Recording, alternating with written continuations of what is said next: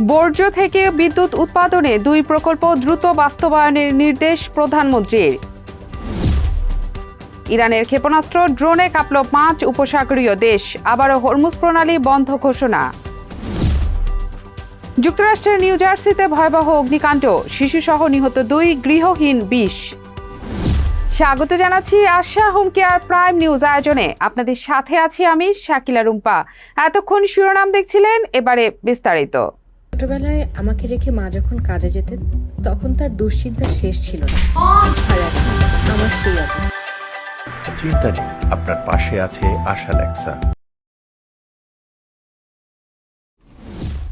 Iran ও যুক্তরাষ্ট্রের মধ্যে চলমান সংঘাত ভয়াবহ নতুন মাত্রায় পৌঁছেছে। রাতভর মার্কিন হামলার পর ইরান উপসাগরীয় 5টি দেশে ক্ষেপণাস্ত্র ও ড্রোন হামলা চালিয়েছে এবং হরমুজ প্রণালী পরবর্তী নির্দেশ না দেওয়া পর্যন্ত বন্ধ ঘোষণা করেছে। বিস্তারিত ডেস্ক রিপোর্টে। মার্কিন সেন্ট্রাল কমান্ড জানিয়েছে, ইরানের ক্ষেপণাস্ত্র ও ড্রোন উৎক্ষেপণ কেন্দ্র, নৌ সম্পদ ও গোলাবারুদ সংরক্ষণাগার সহ 140টি সামরিক লক্ষ্যবস্তুতে হামলা চালানো হয়েছে। এর আগে শনিবার ইরান সাইপ্রাসের পতাকাবাহী একটি কন্টেইনার জাহাজে হামলা চালায়। এরপর আইআরজিসি হরমুজ প্রণালী পরবর্তী নির্দেশ না দেওয়া পর্যন্ত বন্ধ ঘোষণা করে জানায়, কোনো জাহাজকেই এই পথে চলাচলের অনুমতি দেওয়া হবে না।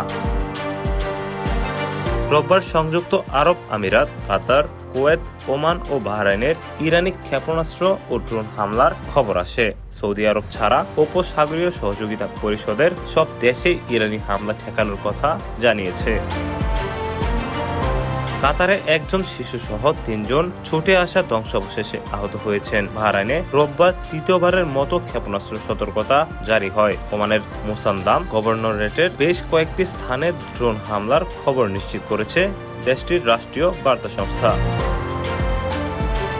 আইআরজিসি দাবি করেছে, কুয়েতে মার্কিন রাডার স্থাপন এবং জর্ডানে মার্কিন ঘাঁটির কমান্ড অ্যান্ড কন্ট্রোল কেন্দ্র ও ড্রোন হ্যাঙ্গার ধ্বংস করা হয়েছে। জর্ডান কর্তৃপক্ষ জানিয়েছে 3টি ইরানি ক্ষেপণাস্ত্র এসে পড়েছে, তবে কোনো হতাহতের ঘটনা ঘটেনি। এই উত্তেজনার মধ্যেও ওমান ও ইরানের কর্মকর্তারা জানিয়েছেন, হরমুজ প্রণালীতে জাহাজ চলাচল নিয়ে প্রযুক্তিগত ও রাজনৈতিক আলোচনা অব্যাহত থাকবে, তবে তেহরান এখনো অবাধ চলাচলের ব্যাপারে কোনো প্রতিশ্রুতি দেয়নি। ATV USA international desk. New ইয়র্কে আবারও ভয়াবহ বন্দুক সহিংসতা। এবার হার্লেমে একটি বাস্কেটবল টুর্নামেন্ট চলাকালীন বন্দুক হামলায় সাবেক আন্তর্জাতিক বাস্কেটবল তারকা 35 বছর বয়সী কিনু রচফোর্ড নিহত এবং আরও 2 জন গুলিবিদ্ধ হয়েছেন। শুক্রবার রাতে খেলার মাঠে প্রকাশ্যে গুলিবর্ষণের এই ঘটনা ঘটে, যার পর টুর্নামেন্টের বাকি খেলা স্থগিত করা হয়েছে। কি কারণে এই হামলা চালানো হয়েছে তা এখনও জানা যায়নি এবং বন্দুকধারীকে গ্রেপ্তারে তদন্ত শুরু করেছে নিউ ইয়র্ক পুলিশ।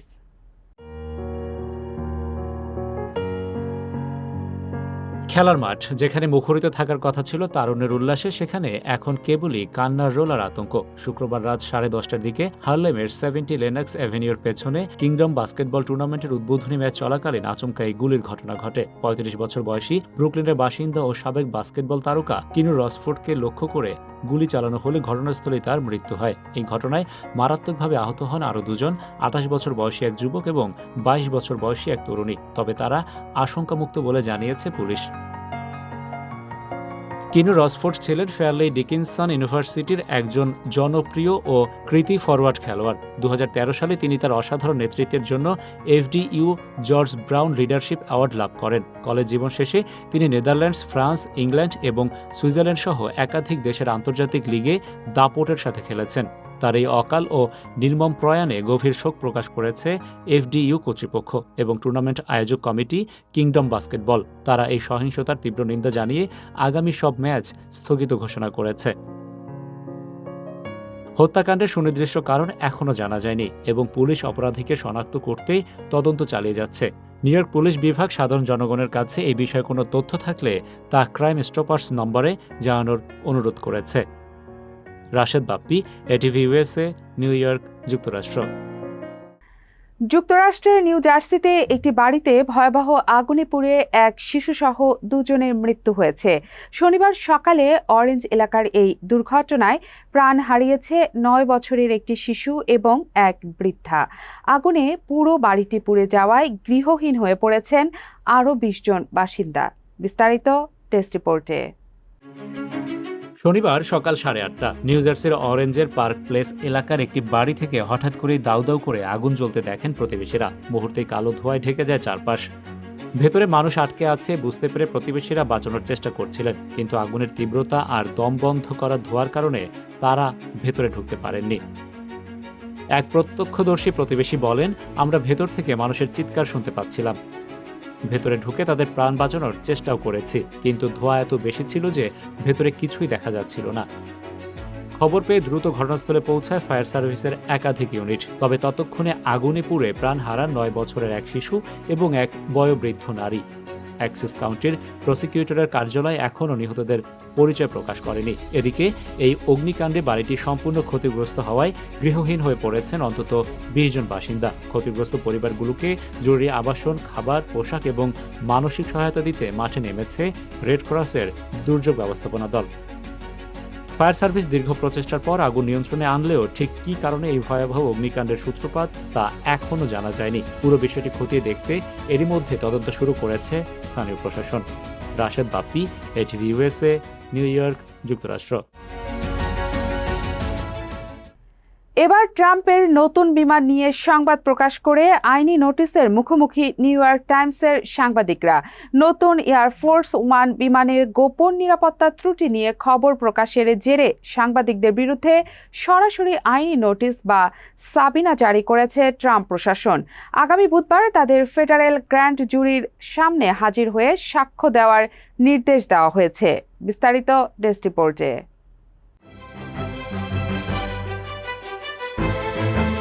নতুন এয়ারফোর্স ওয়ান বিমানের গোপন নিরাপত্তা ঘাটতি এবং ইরানের সাথে চলমান উত্তেজনার মধ্যে প্রেসিডেন্ট ট্রাম্পের বিমান বদলের খবর প্রকাশ করে নিউ ইয়র্ক টাইমস।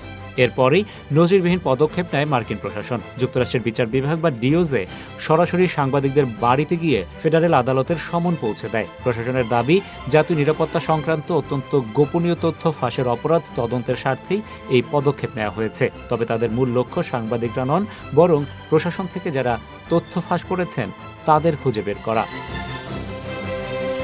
এদিকে এ বিষয়ে নিউ ইয়র্ক টাইমসের আইনজীবী বলেন, সংবাদ মাধ্যমের সাংবাদিকদের ঘরের দরজা এভাবে ফেডারেল আইন প্রয়োগকারী সংস্থার সদস্যদের হাজির হওয়াটা অত্যন্ত উদ্বেগজনক। মার্কিন সংবিধান এবং সংবাদপত্রের স্বাধীনতায় বিশ্বাসী যে কোনো নাগরিকের বিবেককে এই ঘটনা নাড়া দেবে। Reporters community for freedom of the press এই ঘটনার তীব্র নিন্দা জানিয়ে বলছে, সব পথ বন্ধ হওয়ার আগে সাংবাদিকদের এভাবে বাধ্য করা বিচার বিভাগের দীর্ঘদিনের নীতিমালা পরিপন্থী। যদিও হোয়াইট হাউস বিমানের নিরাপত্তা ঘাটতির বিষয়টি সম্পূর্ণ অস্বীকার করেছে। খোদ প্রেসিডেন্ট ট্রাম্পও এই খবরকে উড়িয়ে দিয়ে বলছেন, বিমানে কোনো নিরাপত্তা ত্রুটি ছিল না। তবে এই আইনি নোটিশের পর মার্কিন প্রশাসন এবং মুক্ত গণমাধ্যমের মধ্যকার দীর্ঘদিনের টানাপোড়েন আরও একবার বড় আকারে প্রকাশ্যে এলো। সাংবাদিকদের এই সমন জারির পর তারা আদালতে হাজিরা দেবেন কিনা কিংবা নিউ ইয়র্ক টাইমস এই আইনি লড়াইয়ে কি পদক্ষেপ নেবে তা নিয়ে আন্তর্জাতিক সংবাদ মাধ্যমে এখন তোলপাড় চলছে। সম্প্রতি তুরস্ক সফর থেকে ফেরার পথে হঠাৎ করেই কাতার থেকে উপহার পাওয়া বিলাসবহুল এয়ারফোর্স ওয়ান বিমানটি আঙ্কারায় ফেলে রেখে পুরনো বিমানে চড়ে যুক্তরাষ্ট্রে ফেরেন প্রেসিডেন্ট ডোনাল্ড ট্রাম্প। বিমানের হঠাৎই পরিবর্তন নিয়ে সংবাদ প্রকাশ করেছিল নিউ ইয়র্ক টাইমস, যেখানে পত্রিকাটি দাবি করে নতুন এই প্রমোত্তরী সদৃশ বিমানে কোনো উন্নত ক্ষেপণাস্ত্র প্রতিরক্ষা ব্যবস্থা নেই বলেই তড়িঘড়ি করে বিমান পরিবর্তন করতে বাধ্য হন president. Rashed Bappi, ATV USA, new York, যুক্তরাষ্ট্র। এবার ছোট্ট একটা বিরতি নিচ্ছি, ফিরে এসে থাকছে মৌসুমী বায়ুর দাপট। দেশ জুড়ে আবারও 5 দিন ভারী বৃষ্টির পূর্বাভাস দিল আবহাওয়া অফিস।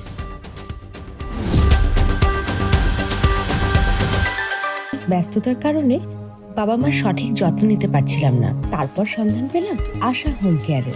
আশা হোম কেয়ার, ভালোবাসার পরশে প্রবীণদের পাশে।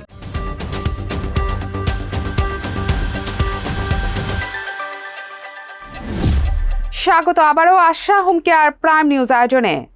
ঢাকার আমিনবাজার এবং ঢাকা দক্ষিণ সিটি কর্পোরেশনের মাতোয়াইলে বর্জ্য থেকে বিদ্যুৎ উৎপাদন প্রকল্প নিয়ে একটি উচ্চ পর্যায়ের বৈঠক করেছেন প্রধানমন্ত্রী তারেক রহমান। রবিবার সকাল 9:30টায় সচিবালয়ের মন্ত্রিপরিষদ বিভাগের সভাকক্ষে এই বৈঠক অনুষ্ঠিত হয়। বৈঠকে জানানো হয়, চীনের সিএমএসসি গ্রুপ আমিনবাজারের একটি বর্জ্য থেকে বিদ্যুৎ কেন্দ্র নির্মাণে বিনিয়োগ করবে। এই প্রকল্পটি প্রতিদিন ঢাকা শহরের প্রায় 3000 টন বর্জ্য ব্যবহার করে 42.5 মেগাওয়াট বিদ্যুৎ উৎপাদন করবে। 2028 সালের আগস্টের মধ্যে প্রকল্পটি জাতীয় গ্রিডে বিদ্যুৎ সরবরাহ শুরু করবে বলে আশা করা হচ্ছে এবং এর মাধ্যমে আগামী 25 বছর বিদ্যুৎ উৎপাদন করা সম্ভব হবে। এই প্রকল্পের মাধ্যমে বছরে বর্জ্য থেকে প্রায় 15,000 টন মিথেন গ্যাস উৎপাদিত হবে, যা থেকে বছরে প্রায় 81,000 মেগাওয়াট ঘন্টা বিদ্যুৎ উৎপাদন করা হবে। এই প্রকল্পে প্রতিদিন প্রায় 3000 থেকে 3500 টন বর্জ্য ব্যবহার করা হবে, যা বর্জ্য ব্যবস্থাপনার উন্নয়নের পাশাপাশি জলবায়ু পরিবর্তনের প্রভাব মোকাবেলায় এবং বৈশ্বিক উষ্ণায়ন প্রশমনে গুরুত্বপূর্ণ অবদান রাখবে। আষাঢ়ের শেষ লগ্নে এসেও কমছে না বৃষ্টির দাপট। সক্রিয় মৌসুমি বায়ুর প্রভাবে আগামী 5 দিন দেশ জুড়ে বৃষ্টিপাতের এই ধারা অব্যাহত থাকতে পারে বলে জানিয়েছে বাংলাদেশ আবহাওয়া অধিদপ্তর। এ সময় দেশের কোথাও কোথাও দমকা হাওয়া সহ মাঝারি থেকে অতি ভারী বর্ষণের পূর্বাভাস দেওয়া হয়েছে। বিস্তারিত ডেস্ক রিপোর্টে। রোববার সকাল 9টা থেকে পরবর্তী 120 ঘন্টার আবহাওয়ার বার্তায় জানানো হয়েছে, মৌসুমী বায়ুর অক্ষটি ভারতের পাঞ্জাব, হরিয়ানা, উত্তরপ্রদেশ, বিহার ও পশ্চিমবঙ্গ হয়ে বাংলাদেশের মধ্যাঞ্চল হয়ে আসাম পর্যন্ত বিস্তৃত রয়েছে। এর একটি অংশ উত্তর বঙ্গোপসাগর পর্যন্ত অবস্থান করায় সাগর মাঝারি অবস্থায় উত্তাল রয়েছে। এর ফলে মূলত দেশের উপর মৌসুমী বায়ু পূর্ণ সক্রিয় রয়েছে। পূর্বাভাস অনুযায়ী আজ রোববার ঢাকা, চট্টগ্রাম, খুলনা, বরিশাল, সিলেট সহ দেশের 8টি বিভাগের অধিকাংশ জায়গায় অস্থায়ী দমকা হাওয়া সহ হালকা থেকে মাঝারি বৃষ্টি হতে পারে। সেই সঙ্গে রংপুর, রাজশাহী, ময়মনসিংহ, ঢাকা, চট্টগ্রাম, সিলেট বিভাগের কোথাও কোথাও ভারী বর্ষণের সম্ভাবনা রয়েছে। আবহাওয়াবিদরা জানিয়েছেন, আগামীকাল সোমবার বৃষ্টির তীব্রতা আরও বাড়তে পারে। এদিকে রংপুর, রাজশাহী, ঢাকা ও সিলেট সহ দেশের প্রায় সব বিভাগে মাঝারি ধরনের ভারী থেকে অতি ভারী বর্ষণের আশঙ্কা রয়েছে। তবে মঙ্গলবার ও বুধবার থেকে দেশের অধিকাংশ জায়গায় বৃষ্টি কিছুটা কমে হালকা থেকে মাঝারি ধরনের বর্ষণ হতে পারে। টানা বৃষ্টির কারণে সপ্তাহের মাঝের দিনগুলোতে তাপমাত্রা প্রায় অপরিবর্তিত থাকলেও আগামী বুধবার থেকে দেশের তাপমাত্রা সামান্য বাড়তে পারে। তবে সপ্তাহের শেষ দিন অর্থাৎ বৃহস্পতিবার আবারও খুলনা, বরিশাল ও চট্টগ্রাম অঞ্চলে বৃষ্টির দাপট বাড়বে এবং সেখানে ভারী বর্ষণের সম্ভাবনা রয়েছে। ATV USA news desk. উত্তর পূর্ব সিরিয়ার তপ্ত রোদের নিচে এক টুকরো সবুজ মরুদ্যান। মাটির তৈরি ঘরগুলোর পাশ দিয়ে ভেসে আসছে তাজা রুটি সেকার সুবাস। গাছের ছায়ায় বসে গল্প করছেন একদল নারী, আর একটু দূরে ধুলো মাটিতে খেলছে একদল শিশু। আপাত দৃষ্টিতে একে সিরিয়ার আর 10টা সাধারণ গ্রামীণ জনপদের মতোই মনে হতে পারে, কিন্তু এই গ্রামের একটি অলিখিত অথচ কঠোর নিয়ম একে পুরো পৃথিবী থেকে আলাদা করেছে। সূর্যাস্তের পর এখানে কোনো প্রাপ্তবয়স্ক পুরুষের থাকার অনুমতি নেই। বিস্তারিত জানব সাইম শুভর প্রতিবেদনে। গ্রামটির নাম জিনোয়ার, কুর্দি ভাষায়, যার অর্থ নারীদের ভূমি বা নারীদের আবাস। 2018 সালের 25শে নভেম্বর আন্তর্জাতিক নারী নির্যাতন প্রতিরোধ দিবসে এই ব্যতিক্রমী নারী প্রধান যৌথ খামারের যাত্রা শুরু হয়। বছরের পর বছর ধরে চলা সিরিয়ার গৃহযুদ্ধের ভয়াবহতা, IS এর বর্বরতা আর তীব্র পুরুষতান্ত্রিক নিগড় থেকে পালিয়ে আসা নারীদের জন্য এটি কেবল একটি গ্রাম নয়, বরং এক নিরাপদ আশ্রয়স্থল। এখানে পুরুষদের প্রবেশ সম্পূর্ণ নিষিদ্ধ নয়। দিনের আলোয় পুরুষ ব্যবসায়ী, সাংবাদিক বা আত্মীয়রা গ্রামে আসতে পারেন, কিন্তু গোধূলির আলো মিলিয়ে যাওয়ার আগেই তাদের সীমানা ছেড়ে চলে যেতে হয়। ছোট ছেলেরা তাদের মায়েদের সাথে থাকতে পারলেও প্রাপ্তবয়স্ক হওয়ার পর তাদের এই সমাজ ছেড়ে চলে যেতে হয়। গ্রামের শাসন ব্যবস্থা শতভাগ গণতান্ত্রিক এবং সম্পূর্ণ পুরুষতান্ত্রিক প্রভাবমুক্ত। একটি শক্তিশালী নারী কাউন্সিলের মাধ্যমে গ্রামের প্রতিটি সিদ্ধান্ত নেওয়া হয়, যেখানে প্রতিটি নারীর রয়েছে সমান ভোটাধিকার। যুদ্ধ এবং সামাজিক সহিংসতা থেকে বেঁচে ফেরা এক কুর্দি নারী বলেন, আমরা পুরুষদের ঘৃণা করি না, কিন্তু এখানে আমাদের বেঁচে থাকার, খাওয়ার বা সুরক্ষার জন্য কোনো পুরুষের উপর নির্ভর করতে হয় না। জীবনের ইতিহাসে এই প্রথম আমরা নিজেদের ভাগ্য নিজেরা লিখছি। সিরিয়ার জিনোয়ার গ্রামে নারীরা সম্পূর্ণ স্বনির্ভরতার উপর ভিত্তি করে একটি অনন্য অর্থনৈতিক ও সামাজিক পরিকাঠামো গড়ে তুলেছেন, যেখানে পুরুষতান্ত্রিক প্রথাকে ভেঙে ট্রাক্টর চালানো ও পশুপালনের মতো কৃষিকাজ তারা অনায়াসে করছেন। গ্রামের যৌথ বেকারিতে তৈরি তাজা রুটি এবং প্রাকৃতিক নিরাময় কেন্দ্রের ভেষজ ওষুধ নিজেদের চাহিদা মিটিয়ে বাইরের গ্রামেও অর্থনৈতিক যোগান দিচ্ছে। পাশাপাশি নিজস্ব একাডেমি থেকে প্রাপ্ত জিনোলজি বা কুর্দি নারীবাদের পাঠ এখানকার নারীদের অধিকার ও আত্মমর্যাদা সম্পর্কে সচেতন করে তুলছে। যুদ্ধবিধ্বস্ত ও অস্থির একটি অঞ্চলে 30টি পরিবারের এই ছোট গ্রামটির নিরাপত্তা নিশ্চিত করা সহজ কথা নয়, কিন্তু জিনোয়ারের নারীরা বাইরের কোনো বাহিনীর উপর নির্ভরশীল নন। নিজেদের সুরক্ষায় নিজেরাই অস্ত্র হাতে তুলে নেন এবং পালাক্রমে রাতের পাহারার দায়িত্ব পালন করেন। একসময় যেসব কুর্দি, আরব বা ইয়াজিদি নারীদের মধ্যে জাতিগত বিভেদ ছিল, আজ যুদ্ধের ক্ষত আর টিকে থাকার লড়াই তাদের এক সুতোয় বেঁধেছে। যুদ্ধ যেখানে ধ্বংসস্তূপ আর দীর্ঘশ্বাস উপহার দেয়, জিনোয়ার সেখানে দেখিয়েছে পুনর্জন্মের স্বপ্ন। পুরুষতন্ত্রের বৃত্তের বাইরে গিয়ে কেবল পারস্পরিক সংহতি আর অদম্য ইচ্ছাশক্তিকে পুঁজি করে কিভাবে একটি নতুন পৃথিবী গড়ে তোলা যায়, সিরিয়ার এই প্রত্যন্ত গ্রামটি আজ বিশ্ববাসীকে সেই শিক্ষাই দিচ্ছে। সায়েম শুভ, এটিভি ইউএসএ, নিউ ইয়র্ক। আবারও একটা বিরতি নিচ্ছি, ফিরে এসে থাকছে আর্জেন্টিনা সেমিফাইনালে উঠতে আটলান্টিক সিটিতে প্রবাসী সমর্থকদের বাঁধ ভাঙা উল্লাস।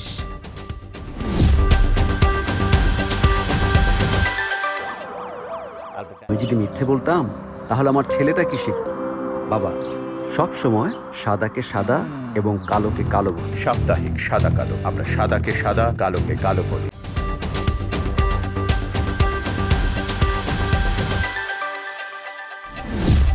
ফিরে এলাম আশা হোম কেয়ার প্রাইম নিউজে। এবার খেলার খবর। আটলান্টিক সিটিতে প্রবাসী সমর্থকদের বাঁধ ভাঙা উল্লাস। বিশ্ব চ্যাম্পিয়নের মুকুট ধরে রাখার অভিযানে আরেক ধাপে গিয়েছে আর্জেন্টিনা। বিশ্বকাপের কোয়ার্টার ফাইনালের ম্যাচে সুইজারল্যান্ডকে 3-1 গোলে হারিয়েছে আলবিসেলেস্তারা। দলের এই জয়ে নিউ জার্সির আটলান্টিক সিটিতেও আনন্দ উল্লাসে মেতে ওঠেন প্রবাসী আর্জেন্টিনার সমর্থকরা। নিউ জার্সি থেকে সুব্রত চৌধুরীর রিপোর্ট। আর মাত্র 2টি ম্যাচ, সেই ম্যাচ 2টি জিতলেই বিশ্ব চ্যাম্পিয়নের মুকুট ধরে রাখবে আর্জেন্টিনা। আর সেই লক্ষ্যে দৃঢ় প্রত্যয়ে এগিয়ে চলেছে আর্জেন্টিনা। ইতালি ও ব্রাজিলের পর টানা দ্বিতীয়বার বিশ্বকাপ জয়ের ইতিহাস গড়ার স্বপ্ন নিয়ে সুইজারল্যান্ডের বিপক্ষে মাঠে নামে আলবিসেলেস্তারা। ক্যানসাস সিটি স্টেডিয়ামে অনুষ্ঠিত ম্যাচে আর্জেন্টিনার প্রতিপক্ষ ছিল ফুটবল বিশ্বের নেটি নামে পরিচিত সুইজারল্যান্ড। আর্জেন্টিনা যেভাবে বিশ্বকাপ শুরু করছে খেলা, এভাবে যদি খেলতে থাকে আগামী 2 ম্যাচ পরে আমরা বিশ্ব চ্যাম্পিয়ন হব। আগেরবারের মতো, চতুর্থবারের মতো আমরা বিশ্ব চ্যাম্পিয়ন হব। গো মেসি, গো গো আর্জেন্টিনা, গো! পুরো ম্যাচ জুড়েই আর্জেন্টিনা খেলোয়াড়দের আত্মবিশ্বাসী ও আক্রমণাত্মক ফুটবল মুগ্ধ করেছে বিশ্বব্যাপী আর্জেন্টিনা সমর্থকদের। নিজের ষষ্ঠ বিশ্বকাপ খেলতে নামা অধিনায়ক লিওনেল মেসিও ছিলেন দারুণ ছন্দে। আর মাত্র 2টো ম্যাচ, এই 2টো ম্যাচ জিতলেই আর্জেন্টিনার হাতে উঠবে শিরোপা। এই ম্যাচ ঘিরে আকাশি সাদা জার্সির পরিচিত উন্মাদনা ছড়িয়ে পড়ে নিউ জার্সির আটলান্টিক সিটিতেও। ম্যাচ শেষে আর্জেন্টিনার জয় নিশ্চিত হতেই উল্লাসে ফেটে পড়েন প্রবাসী সমর্থকেরা। আনন্দ উৎসবে মুখর হয়ে ওঠে পুরো আয়োজন। আর্জেন্টিনা এবার জিতবে, তাতে কোনো সন্দেহ নেই। গো মেসি, গো আর্জেন্টিনা!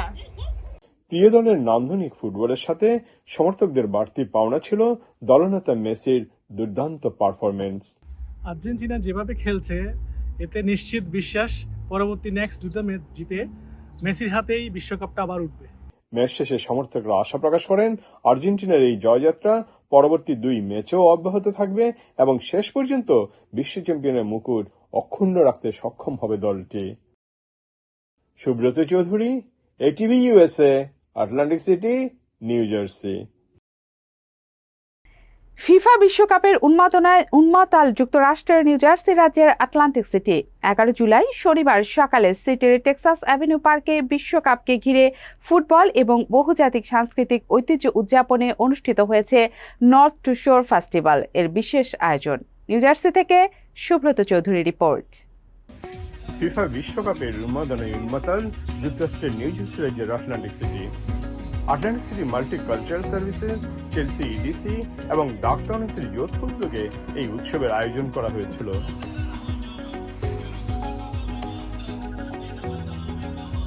উৎসবের বিভিন্ন আয়োজনের মধ্যে ছিল ফুটবল ভিত্তিক নানা আয়োজন, সাংস্কৃতিক পরিবেশনা, লাইভ বিনোদন, ইন্টারঅ্যাক্টিভ আর্ট, বিভিন্ন দেশের খাবারের স্টল, স্বাস্থ্য ও সুস্থতা বিষয়ক কার্যক্রম এবং পুরো পরিবারের জন্য বিনোদনের ব্যবস্থা। নর্থ শোর আজকে এখানে যেই আয়োজন করছে এই আয়োজনে আমরা বাংলাদেশ অ্যাসোসিয়েশনের পক্ষ থেকে অংশগ্রহণ করছি। বিশ্বকাপের যে উন্মাদনা যেই সারা আমেরিকা জুড়ে এবং বিশ্ব জুড়ে যে চলমান রয়েছে, এর নর্থ শোর যে আজকের এই আয়োজনকে আমি স্বাগত জানাচ্ছি বাংলাদেশের কমিউনিটির পক্ষ থেকে। বিশ্বকাপের উচ্ছ্বাসের পাশাপাশি বিভিন্ন সংস্কৃতির মানুষকে একত্রিত করে সম্প্রীতি ও বৈচিত্র্যের বার্তা ছড়িয়ে দিতেই এই আয়োজন বলে জানিয়েছেন আয়োজকরা। উৎসবে Bangladesh association of south jersey, Bengal club সহ সিটির বিভিন্ন সংগঠন অংশগ্রহণ করে। নর্থ শোর বিশ্বকাপ উপলক্ষে একটা বিশেষ আয়োজন করেছে, যে আয়োজনে বেঙ্গল ক্লাব পার্টিসিপেট করেছে। নর্থ শোরকে অনেক অনেক ধন্যবাদ। নর্থ শোর আয়োজিত আজকের ফেস্টিভ্যালে আমরা বেঙ্গল ক্লাবের পক্ষ থেকে অংশগ্রহণ করতে পেরে খুবই আনন্দিত।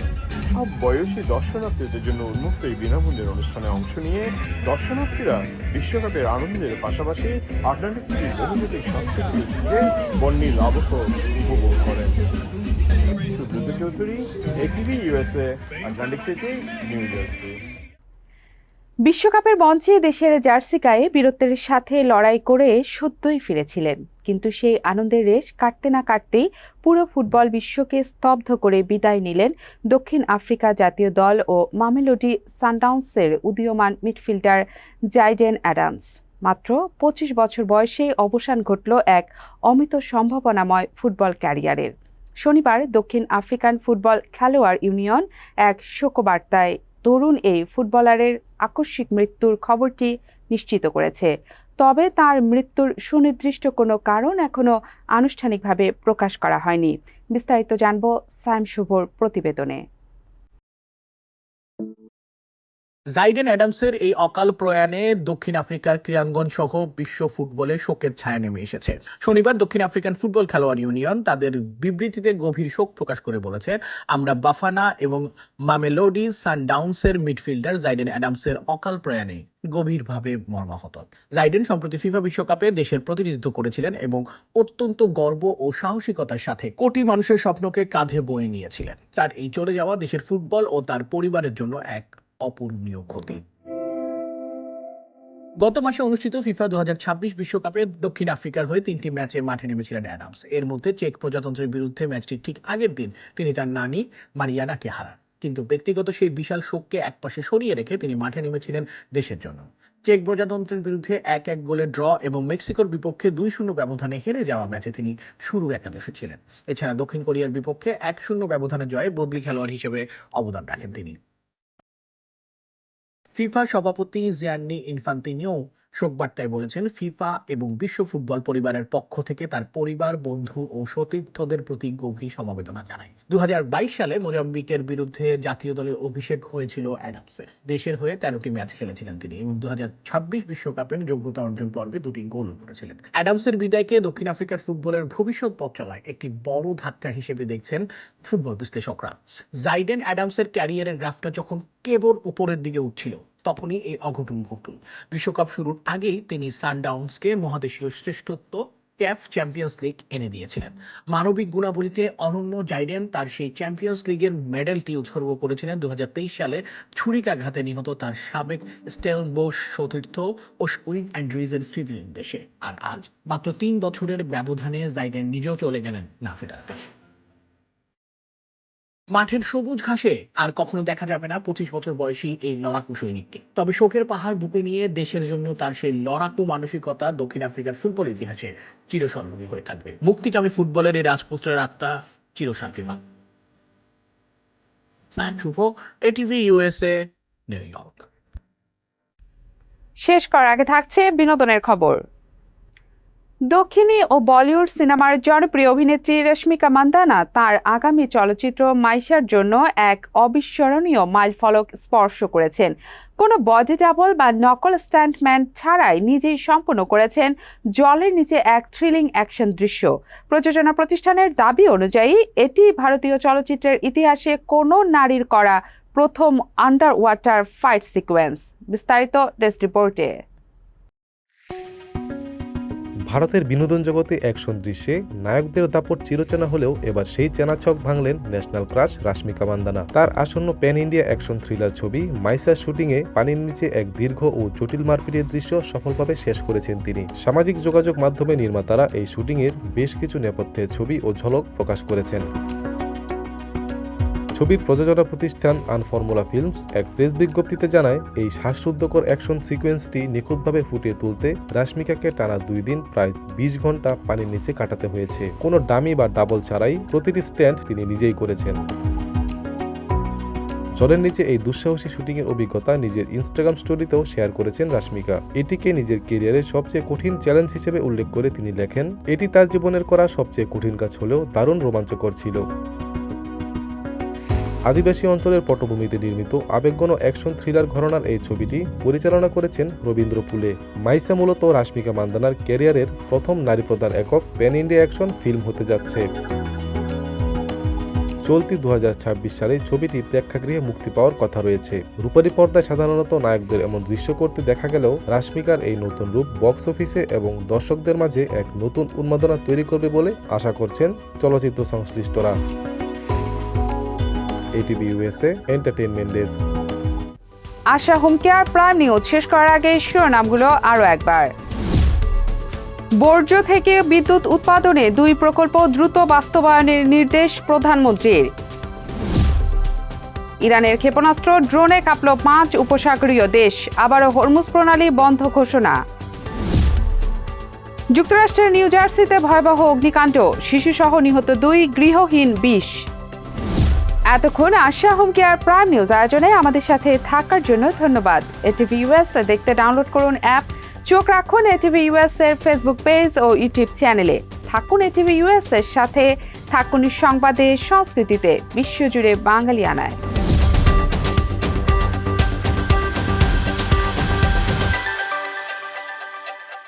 ATV USA বিশ্বজুড়ে বাঙালিয়ানা।